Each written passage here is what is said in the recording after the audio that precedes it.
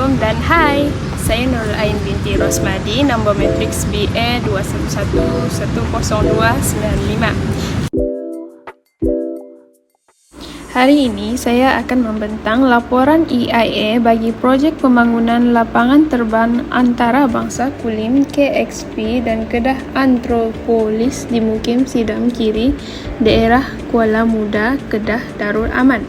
Terdapat 7 langkah dalam laporan EIA, iaitu langkah pertama screening, langkah kedua selection of environmental consultant, langkah ketiga scoping and toll, langkah keempat impact assessment, langkah kelima report review process, langkah keenam decision on report and condition of approval, dan langkah terakhir iaitu monitoring. Langkah pertama screening.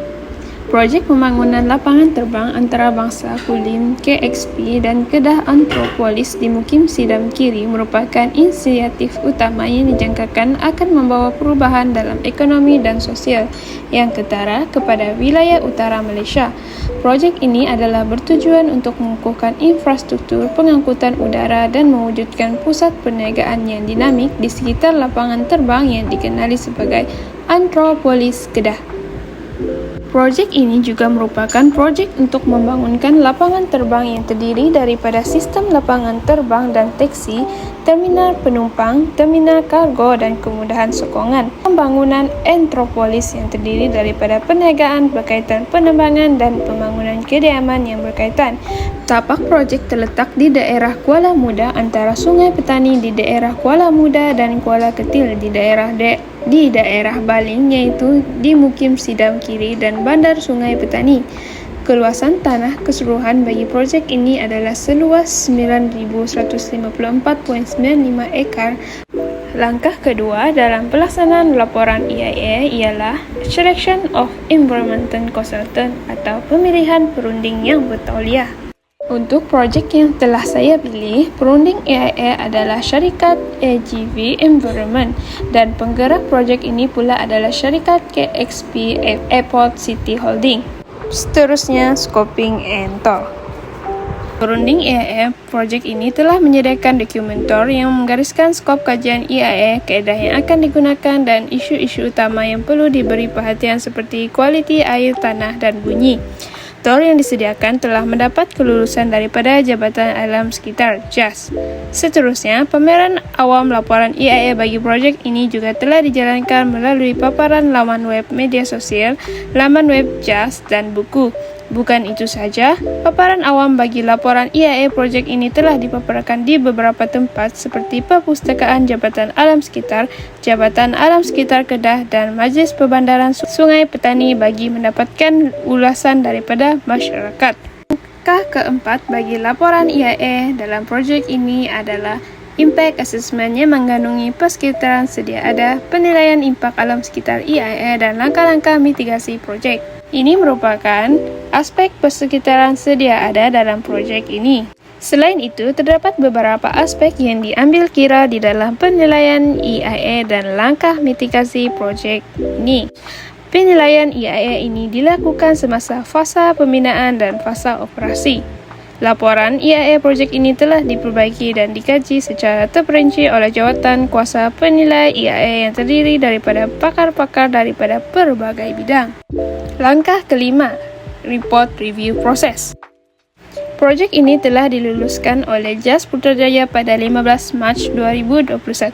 Dokumen kemaskini projek kepada terma rujukan TOR untuk projek ini telah diserahkan kepada JAS Putrajaya pada 19 April 2023 yang bertujuan untuk memaklumkan perkembangan terkini dalam projek tentang semakan kepada pelan induk projek, memaskini ahli pasukan kajian EIA dan skop kerja dan komponen kajian untuk menangani maklum balas yang diterima daripada mesyuarat EIA TRC yang telah diadakan pada 15 September 2021 dan 28 September pada tahun 2021. Maklum balas dan komen daripada agensi teknikal dan individu latihan IA yang dibangkitkan dalam mesyuarat EIA TRC dan ulasan bertulis telah dinyatakan dalam jadual 21 laporan EIA Project.